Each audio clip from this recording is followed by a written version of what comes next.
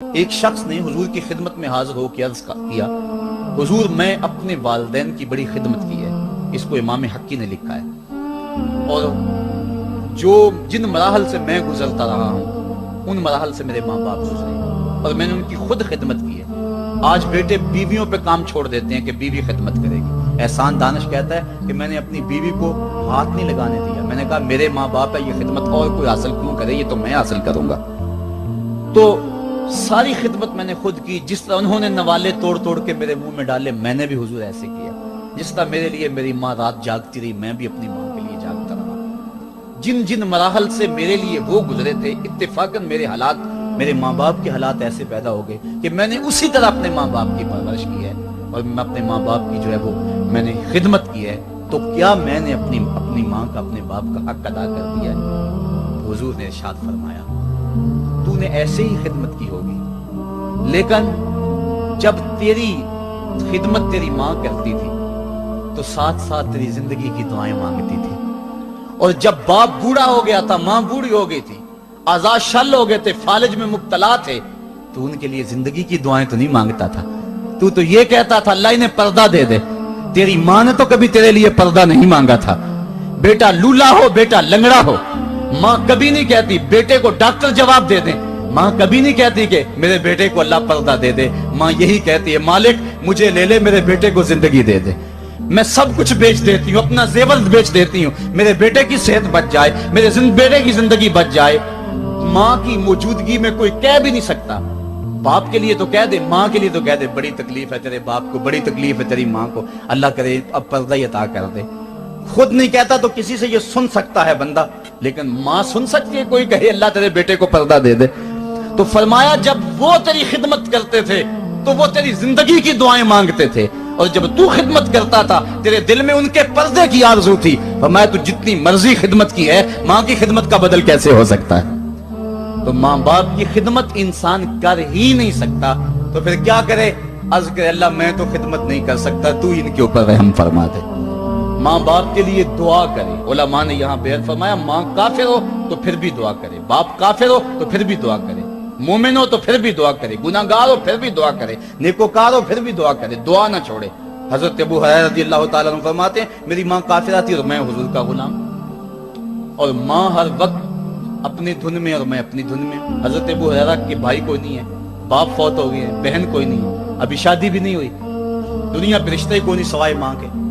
گھر آتے ہیں تو ماں سے بات کرنی ہوتی ہے، جو سن کے آتے ہیں ماں سے وہ دکھ بولنا ہوتا ہے، بات کرنی ہوتی ہے، حضور کی باتیں سنانی ہوتی ہیں. لیکن ماں ہے اتفاق سے کافرہ ہے، حضور کی بات کو سننا گوارا نہیں کرتی. حضرت ابو ہریرہ کو اور بات آتی کوئی نہیں، وہ تو کرتے حضور کی باتیں.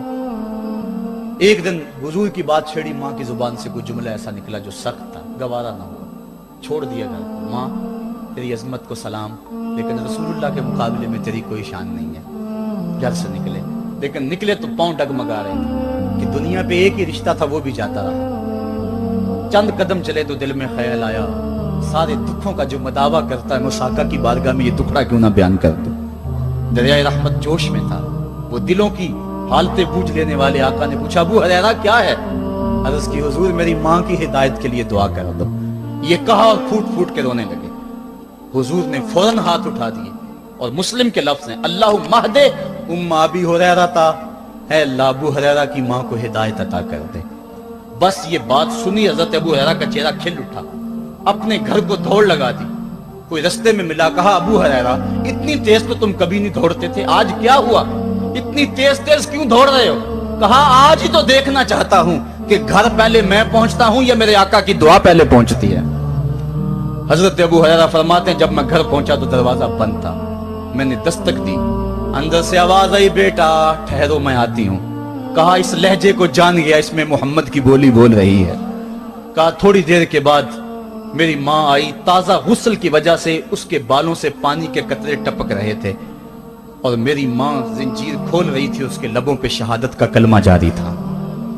تو والدین کے لیے مغفرت کی دعا کرتے رہیں، والدین کی بخشش کی دعا کرتے رہیں.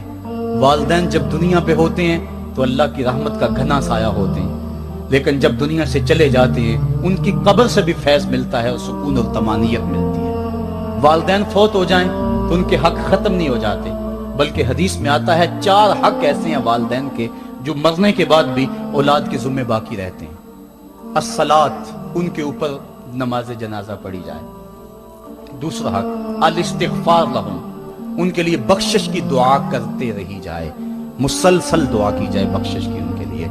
और एक रिवायत में मैंने पढ़ा है अगर कोई बंदा, उसके वालिदैन हालत नाराजगी में फौत हो गए, वालिदैन नाराज थे, मौका ना मिल सका मनाने का और वालिदैन फौत हो गए, तो हदीस में आता है कि वो कसरत के साथ, एक तो अपनी खाला के साथ, माँ अगर फौत हुई है तो बाप हुई है तो बाप के भाइयों के साथ उसने सलूक करे, बाप खुश होगा। दूसरा, कसरत के साथ अपने वालिद के लिए इस्तिगफार, वालिदा के लिए इस्तिगफार करता रहे। जब कसरत से इस्तिगफार होता रहेगा तो इसके वालिदैन राजी होंगे, अल्लाह इसके गुनाह को माफ फरमा देगा। दूसरा हक वालिदैन का ये है इस्तिगफार लहुम, उनके लिए बख्शिश की दुआ की जाए, हदीस में आते हैं। तीसरा हक बिर्रुल अस्दिका, माँ की सहेलियों, बहनों और रिश्तेदारों के साथ, और बाप के दोस्तों, भाइयों और रिश्तेदारों के साथ उसने सलूक किया जाए। और चौथा हक इंजाजुल वाद, वादों को पूरा करना, यानी माँ ने या बाप ने जो वादे किए हुए थे, मस्जिद से कोई वादा था, मदरसे से वादा था, किसी फलाही तंजीम से वादा था, किसी गरीब से इयानत का वादा था, या उनसे उनका मामूल था इयानत करने का, तो जो उनके मामूलात हैं अच्छाई के, उनको जारी रखा जाए और उस सिलसिले को बाकी रखा जाए। तो ये 4 हक ऐसे हैं जो वालिदैन के मरने के बाद भी औलाद के ज़िम्मे बाकी रहते हैं। अल्लाह के हबीब सल्लल्लाहु अलैहि वसल्लम के वालिद उस वक्त इंतकाल कर गए थे जब हुजूर शक में मादर में थे। वालिदा उस वक्त इंतकाल कर गई जब उम्र 6 साल थी। अबवा की रेत के टीले हैं, मदीनातुल मुनव्वरा से वापसी है। हजरत आमना, हजरत उम्मे ऐमन और हुजूर, 3 नफूस पे मुश्तमिल ये काफिला है, 2 ऊंट है। हजरत आमना को बुखार हो गया, जान गई कि ये मेरा बुखार जानलेवा साबित होगा। उम्मे ऐमन को बुलाया, हुजूर का हाथ पकड़ के उनके हाथ में देते हुए कहा, उम्मे ऐमन, मेरे इस बेटे को बहफाजत अमीर कुरैश अब्दुल मुत्तलिब तक पहुंचा देना। और फिर अपने बेटे को पास बैठाया, सर पे हाथ रखा, प्यार करना चाहा और कोई बातें करना चाही, लेकिन ज़बत के सारे पैमाने टूट गए, आंखों से आंसू निकलने लगे। बेवा माँ ने जब अपने दुर्रे यतीम के सर पे हाथ रखा तो फिर अरब की रेत के जर्रे भी रोने लगे। सैयदा आमना ने रोते हुए चंद जुमले कहे जो इब्ने हशाम ने महफूज किए। कहा, बेटा, हर नई चीज ने पुरानी हो जाना है और हर बाकी ने फना हो जाना है। मैं भी जा रही हूँ, वह जिक्री बाक, लेकिन मेरा जिक्र नहीं मिटेगा। वह वलद तो तुहरा, इसलिए कि तेरे जैसा पाकीज़ा बेटा छोड़ के जा रही। जिन माओं के बेटे इतने अच्छे हों उन माओं का तज़किरा नहीं मिटा करता। ये जुमले कहे, उसके बाद हजरत आमना ने आंखें बंद कर ली। हुजूर अलैहिस्सलातु वस्सलाम अपनी माँ के जस्त पे फूट फूट के रोए। रेत के टीले में माँ की तदफीन की, ऊपर मिट्टी अंढेल दी, आंसुओं का छिड़काव किया। आज हो भी क्या सकता था, मदीना तो रसूल में हुजूर की वालिदा फौत होती तो आका करीम के लिए, माँ के लिए कितने सहाबा जनाजे में आते, कितने लोगों का हुजूम होता, जन्नत से फरिश्ते भी फूल लेकर आते। लेकिन आज ना कोई जनाजे में शामिल है। वो क्या, किसी ने कहा, तुझे किन फूलों से हम कफन दें, तो जुदा ही ऐसे मौसमों में हुआ जब दरख्तों के हाथ फूलों से खाली थे। हुजूर आंसुओं का छिड़काव किया और उम्मे ऐमन के साथ चिमट के बैठ गए और हजरत उम्मे ऐमन ने जनाब अब्दुल मुत्तलिब तक पहुंचाया। और 8 साल की उम्र थी कि अब्दुल मुत्तलिब रज़ियल्लाहु ताला अन्हु का भी इंतकाल हो गया।